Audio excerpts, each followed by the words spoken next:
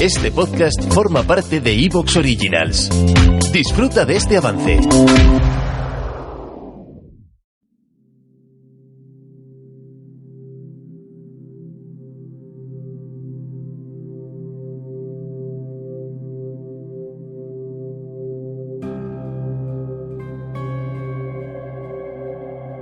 Abrimos una semana más el archivo pretoriano, te doy la bienvenida a una nueva lectura. Estamos ya casi acabando los hechos y dichos memorables de Valerio Máximo.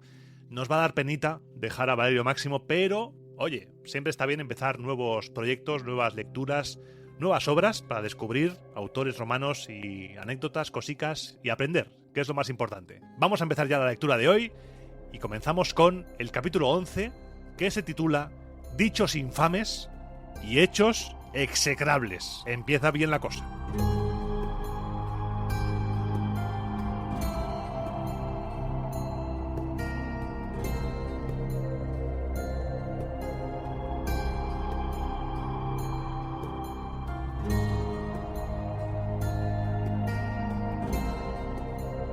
Ya que el fin que perseguimos es reflejar por medio de ejemplos lo bueno y lo malo de la vida de los hombres, incluyamos aquí una serie de dichos infames y hechos execrables. ¿Y por quién puedo empezar si no es por Tulia, que constituye un ejemplo muy lejano en el tiempo, horrendo en su racionamiento y monstruoso por sus declaraciones? En cierta ocasión en que paseaba en su carruaje, el cochero que guiaba a los caballos tiró de los frenos y se detuvo. Preguntó Tulia cuál era la causa de aquel frenazo brusco, y al ver que se trataba del cadáver tendido de su padre Servio Tulio, dio orden de que el carro pasara por encima de él, con tal de poder abrazar cuanto antes a Tarquinio, el asesino. Con esa urgencia tan impía y deshonrosa, no solo se manchó para siempre de infamia, sino que además, el barrio en que sucedió aquel hecho recibió el nombre de Criminal. No fueron tan atroces el siguiente hecho y el siguiente dicho de Cayo Fimbria, pero si se considera en sí mismos, no hay nada más atrevido. Lo había dispuesto todo para degollar a Estébola en los funerales de Cayo Mario, y cuando se enteró de que se había recuperado de sus heridas, decidió acusarlo ante el pueblo. Al preguntársele con qué cargos quería acusar a alguien que, por la santidad de sus costumbres, no podía recibir una alabanza lo bastante merecida, respondió que lo denunciaba por haber sido tan cicatero al recibir el cuchillo en su cuerpo. ¡Oh, locura indecente que debería haber provocado un gemido de nuestra república atormentada! Cuando Marco Tulio Cicerón acusó en el Senado a Lucio Catilina de haber provocado un incendio, este contestó: «Ya lo sé, y si no me veo capaz de sofocarlo con agua, lo sofocaré con la ruina de nuestra ciudad». ¿Qué otra cosa podemos pensar de él sino que le traicionaba su conciencia y se acusaba a sí mismo por el parricidio que estaba tramando? La mente de Magio Quilón también se hallaba trastornada por la locura, cuando con sus propias manos quitó a Marco Marcelo la vida que César le había perdonado. Viejo amigo de Marcelo y compañero suyo en las filas de Pompeyo, Magio se sentía muy indignado porque había preferido a otros amigos antes que a él. Volvía Marcelo a Roma desde Mitilene, donde había estado un tiempo, y en el mismo puerto de Atenas Magio le clavó un puñal. Acto seguido, fue en busca de quien excitaba su loco desvarío para matarlo también. Enemigo de la amistad, expoliador de un bien divino, azote implacable de la religiosidad pública, al menos en lo que respecta a la salvación de uno de los más insignes ciudadanos.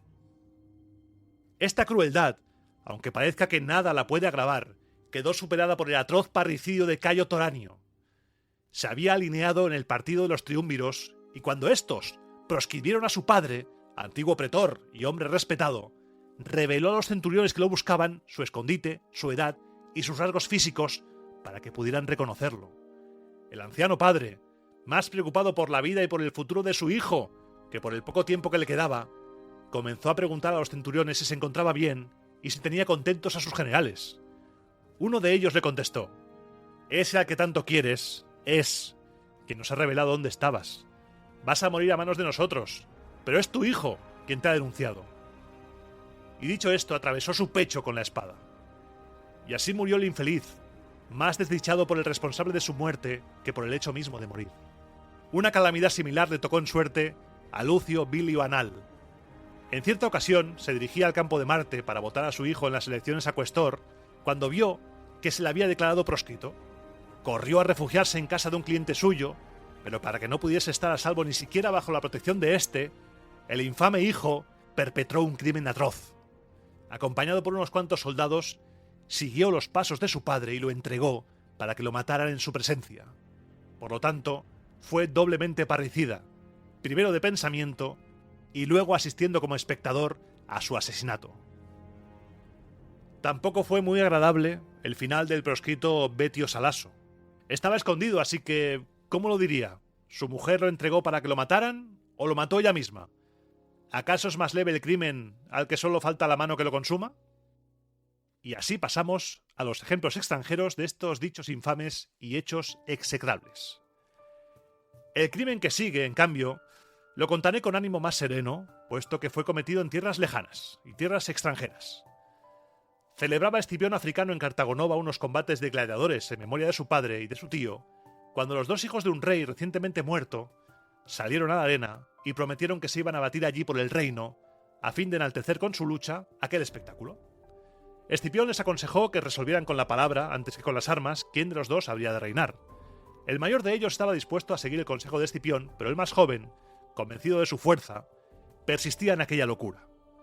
Finalmente trabaron combate y decidió la fortuna que su porfiada impiedad fuese castigada con la muerte. Mitrídates fue todavía más perverso, pues no se enfrentó a su hermano por el reino de su padre, sino que luchó contra su padre para hacerse con el poder. De este hecho me causa una extraordinaria admiración que pudiera encontrar a alguien que lo asistiera en su empresa o que osase impetrar la ayuda de los dioses. Pero, ¿de qué nos puede asombrar este hecho? Como si fuese algo insólito entre aquellos pueblos.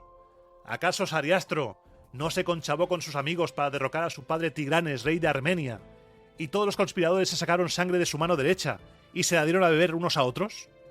Difícilmente habría soportado yo que nadie sellase un pacto tan sangriento para proteger a su padre. Pero, ¿para qué seguir con ejemplos como estos? ¿Para qué alargarse en ellos? Cuando veo que la maquinación de un solo parricidio superó a todos los crímenes posibles. Todo el ímpetu de mi mente y toda la energía de mi indignación me llevan a condenar este crimen, más con un sentimiento de piedad que de violencia. Pues, ¿quién podría, con palabras apropiadas, arrojar al abismo de la maldición que se merece a aquel que, quebrantando todos los vínculos de la amistad, trató de hundir a la raza humana en sangrientas tinieblas? Es que tú, más desalmado que la propia atrocidad de los bárbaros salvajes, habrías podido asumir las riendas del Imperio Romano, riendas que nuestro príncipe y padre sostiene en su diestra benefactora. ¿Acaso si hubieses consumado tu disparate, el mundo habría permanecido en su lugar? La conquista de Roma por parte de los galos, la matanza de 300 miembros de aquella renombrada familia que tiñeron con su sangre el Crémera, la jornada de Lalia, la muerte de los escipiones en Hispania, las batallas del lago Trasimeno y de Cannas, la atrocidad de nuestras guerras civiles en las que corrió nuestra propia sangre. Todos estos desastres, tú los habrías querido rescatar e incluso superar, a juzgar por los delirantes propósitos de tu locura. Pero los ojos de los dioses estaban bien alerta, los astros siguieron ejerciendo su influjo, los altares, los lechos y los templos quedaron bajo la protección de la divinidad, que en absoluto se entregó al sueño, puesto que debía velar por la seguridad de nuestro emperador y por la patria. Pero ante todo, fue el responsable y el protector de nuestra integridad, el que, con su divino consejo, evitó que sus extraordinarios méritos se desplomaran al tiempo que sucumbía el mundo entero. Así es como la paz permanece. Las leyes siguen estando en vigor. Se conserva el curso inalterable de los deberes públicos y privados. Por el contrario, aquel que trató de subvertir todas estas cosas, quebrantando el vínculo de la amistad, terminó, junto con toda su estirpe, aplastado por las fuerzas del pueblo romano, y aún sigue pagando su merecido castigo en los infiernos, si es que lo acogieron allí. Bajo la música porque este es un temón, un temón. Está hablando de alguien terrible, de alguien que casi hace tambalear el imperio, de alguien que casi mata a su señor, a su maestro, a su padre casi de la patria, pero no dice de quién habla. Habla ni más ni menos que de Lucio Helio Sejano, ese prefecto de Pretorio que acabó conspirando contra Tiberio y cuya conjura fue desbaratada. Recuerda que esta obra está escrita en tiempos del emperador Tiberio. Y ahora subo música y vamos al capítulo 12, que se titula Sobre muertes insólitas. La condición de la vida de un hombre tiene mucho que ver con el primer y el último día de su existencia, porque es sumamente importante bajo qué auspicio se comienza y de qué manera se acaba. De ahí que, al fin y a la postre, juzguemos que ha sido feliz aquel que tuvo la suerte de ver la luz con buenos augurios y morir apaciblemente. En cuanto al periodo intermedio de nuestra existencia, es la fortuna la que maneja el timón, efectuando una travesía a veces agitada y a veces tranquila. Sin embargo, su duración siempre defrauda nuestras esperanzas, ya que o bien se prolonga merced a nuestros apasionados deseos, o bien se consume casi sin motivo. Y es que si uno quiere aprovechar bien su vida, por muy corta que sea, puede hacer que parezca mucho más larga, superando el número de años vividos con una gran cantidad de obras. Porque, ¿qué importancia tiene gozar de una vida ociosa, si más que saborear la vida la estás dejando pasar? Pero para no salirme de la cuestión, me referiré a aquellos que murieron de una muerte nada corriente. Tulo Hostilio, fulminado por un rayo, ardió con toda su casa.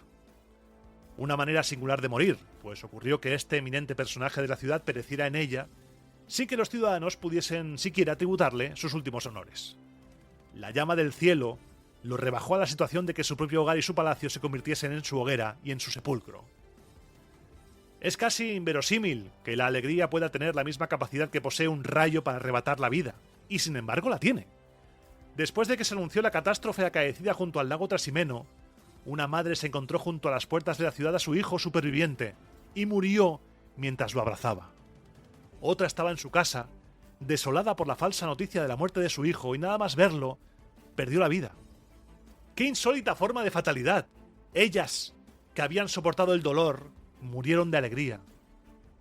El cónsul Manio Juvencio Talna, colega de Tiberio Graco, cónsul por segunda vez, acababa de someter Córcega y se disponía a realizar un sacrificio. ¿Te está gustando lo que escuchas? Este podcast forma parte de Evox Originals y puedes escucharlo completo y gratis desde la aplicación de Evox. Instálala desde tu store y suscríbete a él para no perderte ningún episodio.